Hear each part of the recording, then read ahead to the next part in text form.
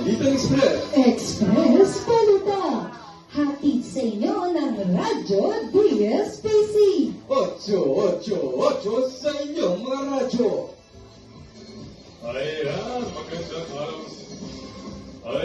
Magandang araw Luzon, Visayas at Mindanao. Narito ang inyong kabaro, Tia Fernandez. Naimbang namalong Elokanda. Ako si Genevieve Samya, ang inyong intay ng katotohanan sa araw na ito. Go na! At simulan na natin ang arangkada ng mga pumapagong balita. Davao Oriental, pininsala ng magnitude 7.4 ng doon. House Speaker Faustino D, pinakansela sa DOJ ang pasaporte ni Zaldico. Ang oras ay alas 4:28 ng hapon, araw ng Sabado, October 11, 2025. Sa tampok na balita, Davao Oriental, pininsala ang magnitude 7.4 na lindol. Bandang 9:43 ng umaga ng Yaniting ang Manay Davao Oriental na siya rin naramdaman sa iba pang bahagi ng Visayas at Mindanao. Ayon sa Vivo, naitala sa sentro ng lindol 43 kilometro hanggang hilagang silangan ng Manay. Samantala, dalawa ang iniulat na namatay sa rehiyon. Kasalukuyan din ginagamot ang iba pang nasugatan. Sa ibang balita naman, House Speaker Faustino D, pinakansela sa DOJ ang pasaporte ni Zaldico. Narito si Desiree Ferrer, ang karagdagang impormasyon. Agad na tinawagan ni D si Ombudsman Jesus Crispin Remulla nang natanggap niya ang resignation letter upang ipakansela ang pasaporte ni Go. Kinumpirma naman ni D na hiniling nito ang pinakamabilis upang malimitahan ang galaw ng dating kongresista. Samantala nangako naman si Remulla na isasagawa ang pinakamabilis na paraan. Desiree Ferrer, laging balitang totoo ang offer. Wait lang, nagkaw na ba kayo? Magbabalik ang programa pagkatapos ng paalalang ito. Mare, alam mo ba yung anak ni Aling Nina? Buntis daw? Mare, nararamdaman mo ba yun? Mare, may meron doon!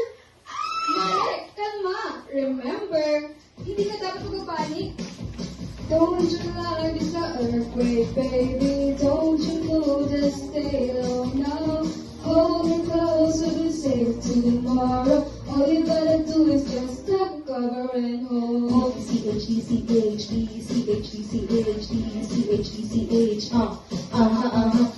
C-H-D-C-H-D, C-H-D-C-H-D, C-H-D-C-H, Kaya nga mare, kapag lindol, don't panic, just D-C-H, duck, cover, and hold. Ang paalala nito ay sa inyo ng NDRC at ng himpilang ito. Christian David, paulan ng 24 points laban sa Tira Firma. Alamin ng sports balita ni Aaron Villera. Umi-score ng 18 markers sa first half ang 6x6 women kung saan nakuha ng bossing ang halftime lead na 50-42 laban sa Jeep. Patuloy ang pagdana ng bossing laban sa Jeep na pinangalan ni RKE Laban na may 22 points at 30 points naman kay Dal Tonopio. Samantala, nagtapos ang laban sa score na 107-87. Yan ang pagkatalo ng Terra Firma. Para umati po sports balita, Aaron Villera. Showbiz balita naman tayo mga inday. Kylie Padilla at Jack Roberto, may namamagitan nga ba? Dion on Dion, ichika mo. Well, nagkatrabaho ang dalawa sa My Father's Wife. Nakaramdam umano ng separation anxiety ang aktres dahil tapos na ang taping.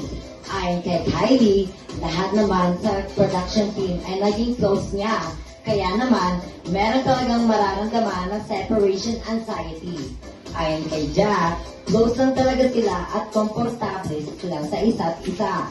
Para sa hottest chika, it's your D. Kapag yan ang talakerang D on Dion.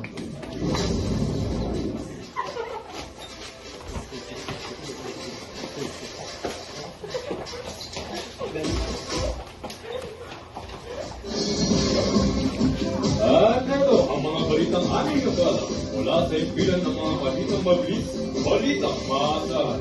Ako ang inyong tatbaro, Tia Fernandez.